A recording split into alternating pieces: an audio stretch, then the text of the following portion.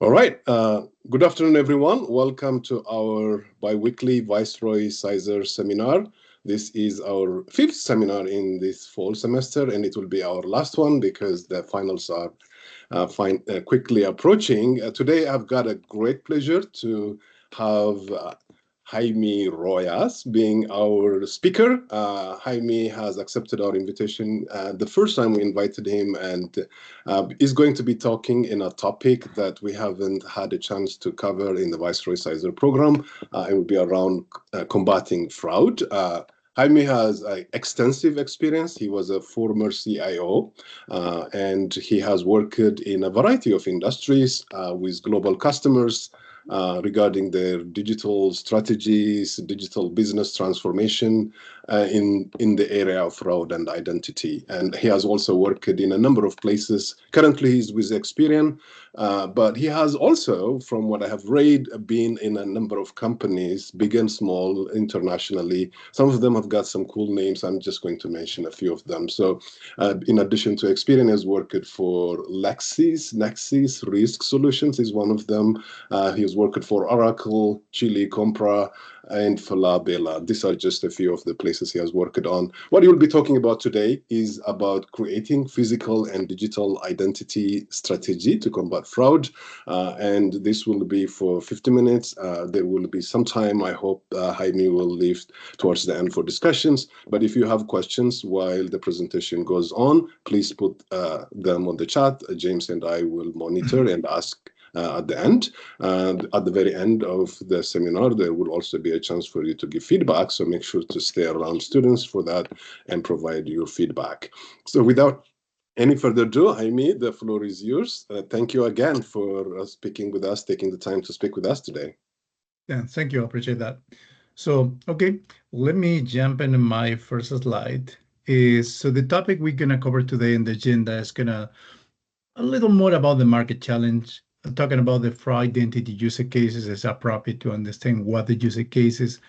We're gonna talking about the extended capabilities you need to fight against to the fraud identity. So we're talking about some solutions. How to create a detailed strategy is important to cross this information.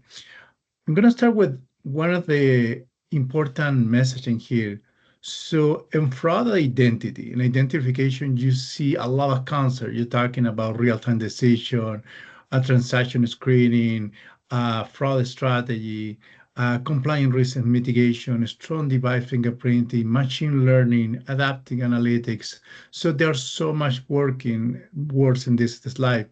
But important is how we go innovation. The innovation is what is the important point in here. And talking about innovation, the important thing is why we need to innovate. Because United States today and last year, we perceive around $400 billion in loss to fraud identity verification. So anytime they happen a cyber attack or cybersecurity and they're breached, this information can be go directly to the dark web or can be used for fraudster for selling identity. So basically what companies suffer today for consumers is around 4.5 billions in digital active consumers, 10 billions human capital authenticate per day. So the authentication per day is higher. But let's talking about the companies. 45% of the business report they are fully understanding part of the fraud. Just 45%. And you know we have 1 million companies in the United States. Just talking about United States. 93% the USA business have my or higher concern about fraud, no 100%. But it's totally crazy because if we're talking about $400 billion United States lost the last year in just in fraud, what is your strategy for that? So the company is looking for to have a customer frictionless access. The detail is anonymous today because you know every time you go into the website or use your mobile application is anonymous. So could be another person, could be a bot. We're gonna introduce some concept during the conversation. But also the business need to grow. How to grow is you have to apply more friction. How do you realize impact in the identity? And when verified identity does not mean it's uncover fraud. So there are two important concepts I'm gonna talk in a little more in the next slide.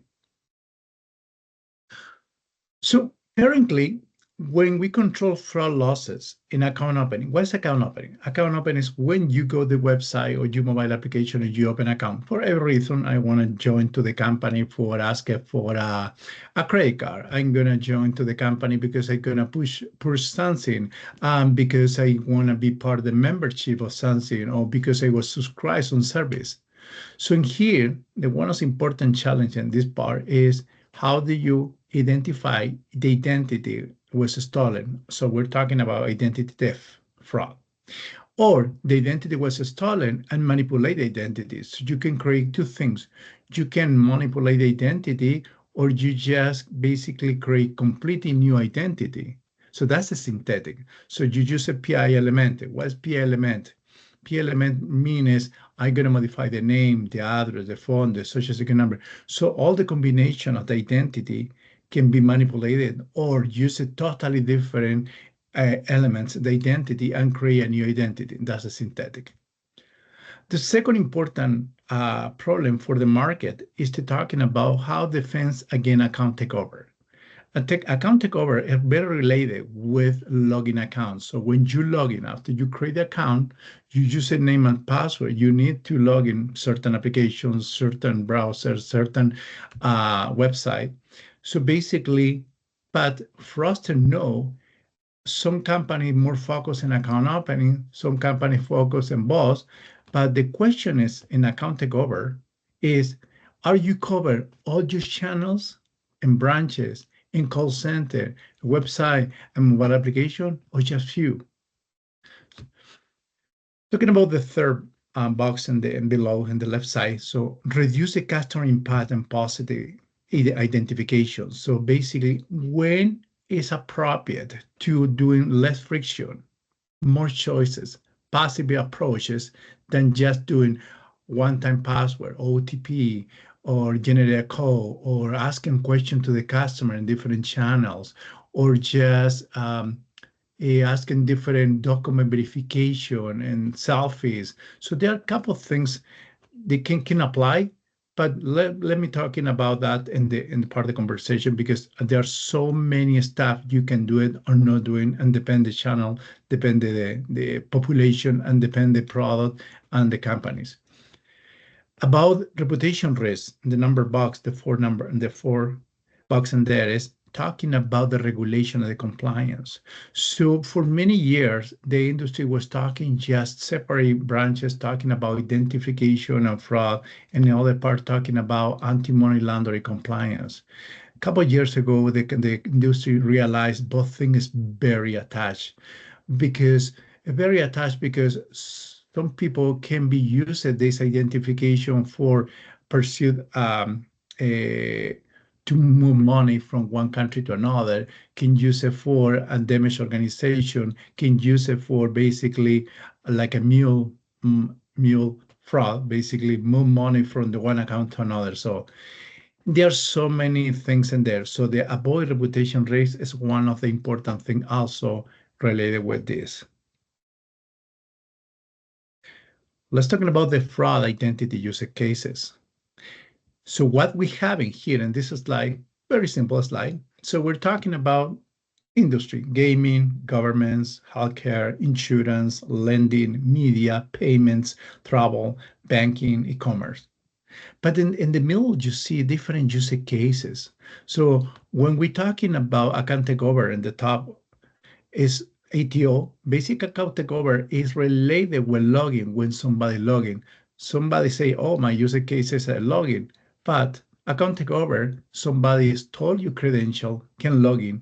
When login, they cancel the credential stuffing. We're talking about credential stuffing, and we're talking in right side synthetic users. So we're talking identity theft, or maybe you just create maybe you just take the account where they stole the credential and talking about payment and shipping fraud. So you're taking this account and use the credit card for another person, pay for that, and send to another address. So they are during the COVID and still working. Some fraudster uses an account for buy stuff, uses the credit card of the person or the other person, pay for the product service they wanted, and shipping to another address. And this address is basically a house, nobody's in there, maybe it's in the vacation, the people, they check in the house, go take the product service and bring it home, on their own homes, basically. So you see the possibility of the fraud, use cases in a fraud identity is a lot, but we're going to focus on a couple of them. We're going to start with a new account opening.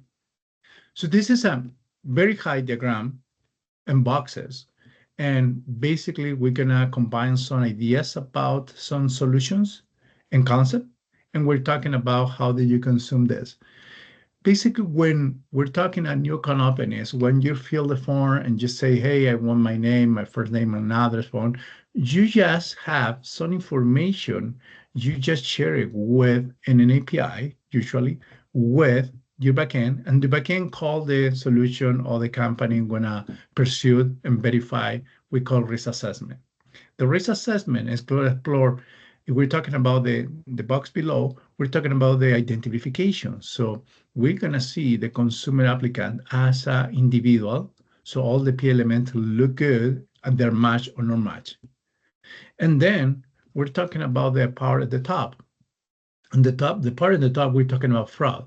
So one thing is I can verify is the individual as a person with all the P element look good, but does not mean somebody stole us the P element and now we're gonna verify it's related with fraud. So for fraud, we have three important parts or four important components in the top of the box. We're talking, let me see if I have my laser in there. Wait a minute. Okay, so in the top, we're talking about device fingerprint and assessment. Basically, in the time of the person start to call the URL and pull the form from the company, they thinking it's time to collect attributes from the device. We're talking about the user agent, the system operation. We're talking about characteristic about is related with VPN, IP address, geolocation, network. We're talking about different attributes. But in the same time, also, we collect attribute about how is the interaction with the device, and we're talking about behavior analytics. So the interaction with the device allows you to say, hey, this person is using different screen and copy paste, how much take a time when they move the mouse, why is most so faster as probably as a bot, is not human, why can copy and paste the name or the address, is they probably you know your name, why you have to go another screen, why you copy paste first name and last name in just one and put in the first name and then delete and go to the next. So basically you are capture the behavior, this shared person. But by the way, so also you contribute with these two boxes to help to understand is that related with data fraud. So you're trying to clean the table and say, okay, it's not related with VPN, it's not related with bots, it's not related with devices compromised, or maybe yes, but also you also use it fraud models, machine learning model. In this case is basically a company provide related what kind of percentage of score is related with third-party fraud. So is identity was stolen, related with identity was modified. We talked before the synthetic fraud. But then here's a new concept, third-party fraud. Third-party fraud is when the person commit fraud when they self. Let's say I am a person and I lost a job. I don't have a financial problems, so I'm gonna apply for a lot of lending, credit card, credit line in different institutions in a short period of time. And by the way, my score for FICO for credit is very good, but in a short period of time, I am not willing to pay because I have financial problem. So that's the box below. The velocity attribute contribute to help to understand how many times this person has required or inquired some new service with different institutions.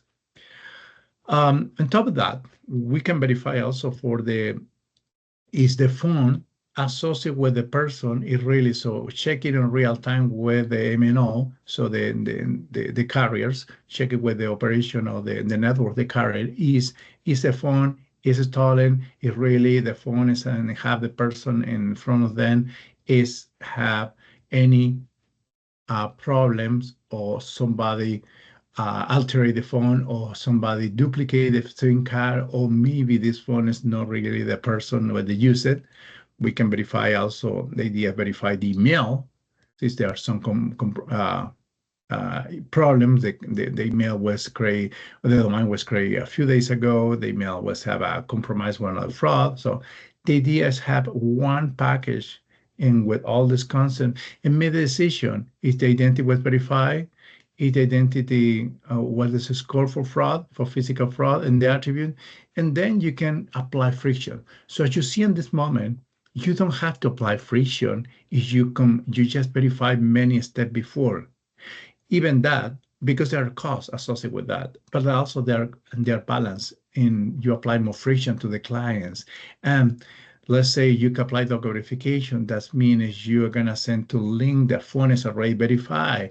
And this link is going to send to, you have to request, you scan to driver licensing for one side, then you capture the MIC code and verify it's attached to the information, then turn the basically the driver license and to verify if both look good and there are no fake ID, or there's sometimes the most common is the person have the ID is not the real person. So the third step is basically capture a selfie with the person to compare the age of the document with the photo you're taking, and because it's captured in real time, you can see if they are deep fake or no, see the artificial intelligence working that part. So it's a complex process, but also in the document verification you can capture is again, is the device is compromised, the VPN, all the stuff, because you use a mobile. The other step authentication, that's the box we're talking in here on the right side, is OTP, a one-time password. Another is a knowledge base. The knowledge base is one of the things I used to propose to client when is you have a great pool of data for credit, or you have all people. It's more appropriate for certain specific population and not every case. And it's very old solution, so could be used, but no, it's the best at this moment. Let me move forward with the next slide and talking about the capabilities. And see, okay, yeah. So here is the architecture. So this is the layer architecture diagram, where you can see all the stuff that is important. We're already talking about the first layer, the digital identity, when we're talking about device and threats. So we're talking about web, mobile, device intelligence, geolocation, VPN, proxies, malware, main in the middle. So everything related with the device. So modification about altering the information inside the device, or system operation, or some modification about the browser or the web mobiles isn't there. Also, you're talking about behavior analytics, we're talking, and malware, bot, threat intelligence. The second layer is when you see how verified the identity. We're talking about the verification identity, but also you have attribute and scores. The attribute is going to say what's happened with you verify the social security number. Oh, it's a SAT match, means everything the number you say is here. But also you verify this social security number related with identity theft or related with synthetic. So that's two layers we are already talking. We're going to talk on the third layer. Here is important thing. So you already we were talking about the fraud score, the reason code. Reason code means if I decide to say, hey, this person is compromised with third-party fraud. Well, the question is for the people in the business, say, why? Why is compromised? Oh, the reason code is because this social security number is compromised, because I see many times this person required this, because this IP address, because this. So the reason code is support what you are doing for the scores for fraud, and also the reason code can be related with bot, or can be related, with behavior analytics or the device fingerprinting. If you see in the third layer, and I'm pointing right now, so you see the correlation and consortium. This is a very powerful concept. The consortium is how many times I see you are related, but it's just so for one client doesn't help. So you have to have many clients, and you have to constantly feed this network of big database with all the information, the transaction happen in it with related with fraud or not related with fraud, what do we see? So basically everybody shares some information in there about the transaction, and that's could be just not just United States, could be global transactions. So for example, if we see ring attack, one of the important concepts you see here probably in the news often is a ring attack. What a ring attack is, some group of the fraudster or hackers, it's just pull on immediately in different countries at the same time, and the same kind of industry attack with third information. So they're running a lot of script running at the same time. So basically the consortium say what happened with this IP address, with this device, using this country, with this identity, with this information. So, and then you see correlation, and you say linkage or link analysis. And when you see how strong is this device with this IP address, with this location, with this name, with this email, with this credit card. So you see how important is the consortium link analysis. Let me, the 4-layer, I already talked about that, so I'm gonna past that. But important is all the things together have to be orchestrated, and you can create decisions about that, and you can create workflow about that. This is called strategies, basically, different strategies. And then if something happened, the fraud investigation team use it, and then last layer, use a case management or reporting or cross information by using the consortium or the linkage to decide yes, it was related with fraud or no. So not all the transaction is going to be approval. Not all the transaction is going to be rejected. Some of the transaction going to go to the manual review. That's the important concept in the last layer. And let me go to the next.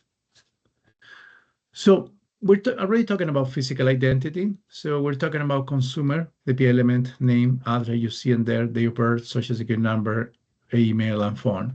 But important thing is about that, if we're talking about the right side, if we're talking how much we increase the auto-approval. What is the auto-approval concept for KYC? KYC means know your customer, KYC. When you increase the auto-approval means how many people, let's say we have 100 people, just simplify the name, 100 people. How many people I can pass with all the KYC easily? If we're talking about 80% or top 80% is good numbers in the industry. So that means I know I'm going to do friction. Then I'm going to verify what is related with fraud. What kind of fraud? So identity theft, synthetic fraud, third-party fraud. Okay. So basically, we try to decrease the manual review because the cost of manual review could be higher, could be $25 to $200 per hour per individual, and we have queues and we have people receive this information. And their company run 100,000 transactions per day. So let's say if you have a lot of manual review, it's going to cost you a lot of time. It's going to cost you a lot of possibility. These people have to be investigate this transaction, and it's going to take a time to reduce. That means it's also cost for the company, for the business, and also this means you need to have this process faster because you lost revenue if there was a good customer. So that's the impact when you're just doing a lot of friction and a lot of manual review. Basically, the CX, the customer experience, have to reduce in order to increase the auto-approval. So that's the trade-off. So friction, risky customer, yes, that's good, but not everybody. That's the message. Digital identity, we're talking about some capabilities on the left side. So we're talking about digital inside intelligence, location spoofing, VPN, proxies, IP address, device spoofing and anomalies, device persistence. So how many times I see the device? So basically, I'm going to put an ID at the device. That's a device ID, but I'm going to see how many times I see the same characteristics, system operation, user agent, language, all the stuff wrapped in one thing and give a number. Malware embedded in the browser. consortium link analysis. In the right side, so behavior analytics, you're talking about behavior signals. So typing speed, how fast is typing? Is more advanced than the normal person. Is use the left hands or use the right hands? Is copy paste? Why copy paste? Time spent in the form. Why copy and then go 3 or 4 minutes later back and hit and continue the form? It's normal, maybe not normal. Number the chain and the time, bots and the artificial intelligence attack, the familiarity with the data they put in there, combined with machine learning models. So basically, the behavior analytics today is a solution. Many companies use a machine learning model to combat against artificial intelligence. So here's an example, a good example in details. So let's say you're not an opening, and here's a client problem or pain. The location was spoofing. The fraudster used a VPN or proxy to manipulate the location. It looked like I am in California, but reality, I am not in California. I am in Boston, Montana. This is reality. The device is spoofing. The fraudster used a tool to alter the several device market user, for example, system operation, the user agent, the browser, the screen, they alter this information. So the solution capability has to capture. So if they are behind the VPN, DNS servers, IP, the IP detection, the persistent device, could be information about, for example, we're talking about consumer verification, or is there commercial, we're talking about business guarantor, but basically as a person, but is behind the company. We're talking about third-party fraud, synthetic, with machine learning, device fingerprinting, behavior analytics. But what happened is in cases an account takeover. So in account takeover, you had to look in, for example, is a bot attack. Use it executing large-scale bot attack and then login pages. Or it's a main in the browser, so it's a malware is involved in there. So this basically, this person can be used to manipulate the pages and obtain information about the login credential, credit card details, address, another person. Not used in the same time, but I can use it later. So the solution has to have the capability, run detect virtual machine, RAT, VPN, proxy detection, identify device anomalies and malware, detection high velocity in traffic and frequency and emails, device fingerprinting, behavior analytics, link analysis, and consortium. That's basically the ideas when we're talking about identification for these two use cases. There are more, but just focus on two in this moment. What the client suffer today? Let's talking about the client what suffer for a minute. So case management, respond to common fraud patterns. So they need a case management. Case management is a tool when somebody escalates. So I receive this case, I need to escalate or I need to study. So in some point I say, I'm ready, escalate to my manager decide. They say, yes, is fraud, it's not fraud, basically it's accepted or not accepted the transaction or the request for the client. Risk score engine. Many companies in the industry use a different providers. So basically the risk score engine or risk engine is capture feeds on different attributes or results for different clients. But basically the risk engine had to have the capability to detect, flag, and manage suspicious activities. And that can be harder for companies. So that's meaning they had to create that, or the provider can provide a risk engine. ID verification tool, authenticate all the products, all the service across all the channels. So you see the channel below. So we're talking about direct channel by chat, branches, phone, web, mobile, social media. The company need a dashboard, require a dashboard, a report, audit trails to see for we're talking about risk assessment. Audit trails is very important for a technical team. And self-service console, they can create new rules, modify the rules that say, okay, I want to use this application with this threshold. So I want to run this application, it's happened this. So I can modify. In this case, I want to use the other solution, or maybe I adjust the scores. So that's basically the self-service center console. Data management. So basically integrate with another system. Many of these clients, they use that information and combine with credit data or combine directly for a business intelligence solution or a data warehouse. So they need to explore the data. So you have to have the data management solution in there. That's the client pain point. But the idea when you create a digital strategy is, I have two more slides. So when you create a digital strategy is basically implement identification, authentication for end-to-end, all the channel. So you're talking about automated fraud identity solution, reduce friction and enhance customer experience, reduce the time the investigation, might review, number of the providers, and fall positive. So the use cases we're talking before, we were talking about three important things or initiative. Omnichannel automated solution, accurate fraud identity detection, and reduce false positive. With this, I'm gonna finish this slide. So omnichannel automated solution is basically provide customer experience, monitoring, detection, and omnichannel, digital physical channel fraud identity risk assessment, reduce the fraud analysis review time, screening compliant for KYC and KYB. KYB is know your business, different than know your consumer or clients.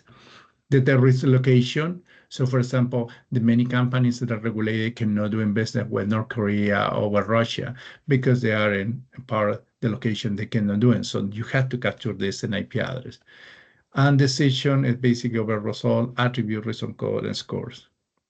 But what happened with the accurate fraud identity detection? So you need solution, verified business owner, consumer, strong fraud detection for the three kind of model we're talking before, a strong data fraud detection for device, IP bots, i.e. fraud attacks. So basically 360-degree, this is an interesting concept, 360-degree view for the digital and physical identity. So look both sides. And reduce false positive, that means increase the auto-approval, the KYC or KYB, reduce the false positive, that means what I capture or that what the provider capture is basically similar to another. Is not I have a false positive because one provider say yes, it's accepted, or they say no. So basically friction need to apply, manual review of provider, more increase the fraud capture rate, so better models, and decrease the OPEX operational cost and time. So with that, I cover everything. So I don't know if you have question, let me know. I don't know how we are in the time. We're good. Yeah, we are doing very well. Thank you very much, Jaime. That was a very nice overview of both physical and digital strategies for identity and that businesses can use. So we have plenty of time for questions, so please go ahead. I don't need to put them in the chat anymore since this is a Q&A session. You could unmute yourself and ask questions if you have anyone. Yeah, hi Jaime, this is James Grab here. Thanks for the great talk today. We have some students here today with us from the cyber forensics class here at WCU. So I was wondering if you could maybe give a few, I don't know, 2-3 examples of how forensics experts, the role they play in fraud detection and evaluation. You're talking about providers? Yeah, Okay. if you, yeah, Yeah. So depending on what you're looking for, I'm gonna put the screen to see where easy. But usually, depends you are covered United States or globally. There are a couple providers in the market, their penetration in different countries. So one of the, for example, I work in Experian, so Experian have covered different companies. In United States, as a bureau, also have a very vertical solution for fraud identity. So they cover not just United States. We have market in Latin America, we have in Asia and Europe. So it's globally company. As well, LexisNexis Resolution is not a bureau, but LexisNexis Resolution is a bureau company. So what you're looking for is to understand is the market you're gonna put you need to deploy the solution. A second is they have the solution basically I covered for the digital and physical. And then you need to understand is how compare it. And the best way to compare providers at this moment is there are two things. Basically, and every technical person is gonna test in the solution. That's the one thing. But also you can do in retro analysis. The retro analysis is to test data for a certain period of time, 6 months, a year, 2 years in the back, and check the information. That's not apply for digital channel like a device and behavior, because you cannot do in retro. It's in the real time because you capture, collect the attribute in real time. But for data related with identity and physical fraud, third party, and synthetic, you can do in retro. So you see how the performance, how it's good the auto approval we're talking before, and how much it cover or capture fraud for different perspectives. I don't know if that answer your question, James. Yeah, partly. I guess I'd ask, like, what types of data specifically would those forensics experts look at and work with, going back to Yeah. looking at the past? Usually you are talking about, if we're talking about consumer, you're talking information about first name, last name, address, phone, social security number, date of birth, email. That's the common things. Could be less, depending the company. The data range basically can be, an important thing is you have a process in place today as a client and say, hey, after you doing the KYC or the verification identity, I'm going to apply OTP. So there are one status in this moment. And then after you apply the OTP, there's second status. So basically you accept or reject it. So that's information of the process. And the labels when you verify identity or when you capture fraud or no is important in the test. And that test help you understand what the company can provide to you. Basically, this is basic. Great, thanks. You're welcome. You're welcome to ask other questions, whether you're in the forensics class or other classes. So there is one, I think, on chat already. Let's see. I see in the chat one person. Yeah, Tashi is asking a question, so I will read it aloud so that others. I'll read it aloud, Jaime, and you can answer it. To what extent has adversarial machine learning been explored to improve methods like fingerprinting and behavior analysis? Is the question. Yep.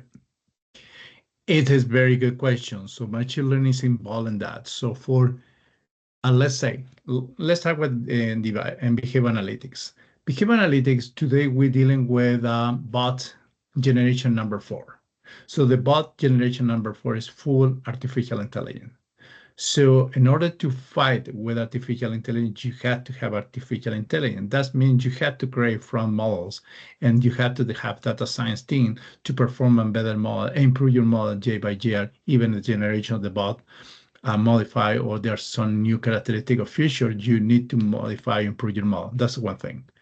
For the device you can have, there are two companies provide different methods. Some companies just collect the attribute and use a deterministic model to say yes or no, or you put more intelligence and use artificial intelligence on top of the rules you create to see there are some association or some variants or some anomalies with the device. And yes, basically both things need artificial intelligence, and that's very important. Yeah, that's one question. It actually has got multiple parts, and so the idea is people's fingerprints and behaviors change over time, and making consistent exact matches impossible.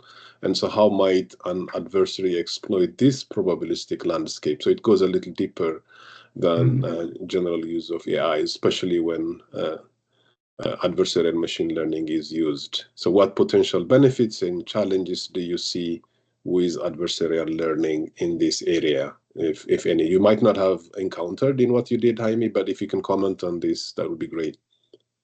Yeah, it's a to correct the question. Basically, you're right. The information can be modified anytime you are doing some stuff. So that's as important to recognize, create a very powerful solution to recognize the persistent device. The persistent device is the idea. So it's all the characteristics. Even somebody manipulate the device, or somebody change some part of the device, or they're being made in the middleware, or you have malware. you can detect that. Even when you detect that, you just recognize the device is not the same. So you just have a recognition. Is everything the same? You know this device, and you also can check, is this persistent device, it was compromised with another fraud attacks in real time with a large consortium. When I'm talking about large consortium companies, some companies have moving around 300 million transactions per day. And the size of this consortium, some companies have billion IP address, billion devices. So it's very powerful to see that information, how they contribute. Now, this is one of the questions. To go to the next question, how many adversarial probability escape? Some is more artificial intelligence, no more probabilistic. No more probabilistic is more I would say machine learning, and I use a different kind of machine learning. So okay. I cannot tell you more because I depend the company. So it's basically depend one other way. Yeah, thanks. Any other questions? James has put the survey link for your feedback. Make sure to do that. But we still have some time if you have a couple questions we can squeeze in. Are there any concept you didn't understand or you will explore or you understand? Because cybersecurity and fraud identity, they're very close. So you're talking about one side of the table and impact the other side of the table. So every time there's cyber attack on breach, when happened, for example, it was last year or 2 years ago with GM and stole 1 million and the identities in Las Vegas, that's reflected many times in the fraud in many companies. So I don't know if anybody have one clarification or something is happy to help. No, I think there seems like your slides were clear. We will ask you, Jaime, to provide. We put on the website the slides and the recording. We have been recording this and we'll make it available. So if you are willing to share your slides after we're done with this and send me, we can put it on the website. That's what we do normally for all of the seminars we've had. So, but they were clear in, I think that's one of the things the students might have quickly noticed. Yep, sure, no problem. Happy to do that. Sure. I'm going to give one last chance if there is anybody who's got any questions. Maybe in addition to the forensics class that James mentioned, there is also students in the CISR program who are coming from the management and information systems. So I wonder if they have questions related to some of the things he thinks. Are there MIS students who've got specific questions?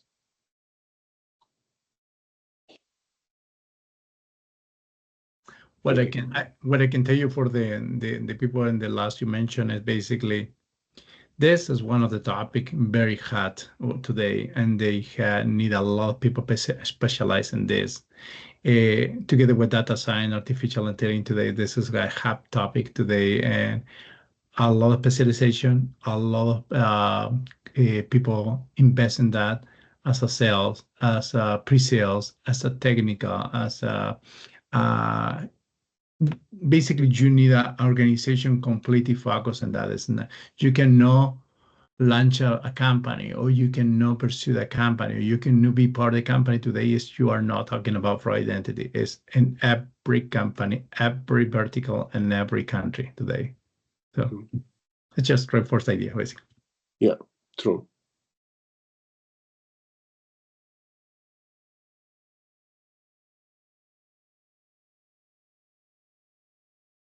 I think we don't have more questions. Yeah, we don't. It seems like everything was clear. Thank you very much again for taking the time and sharing with us for a very interesting talk. When you get the time, please share your slides so we can put it up, and we will be in touch.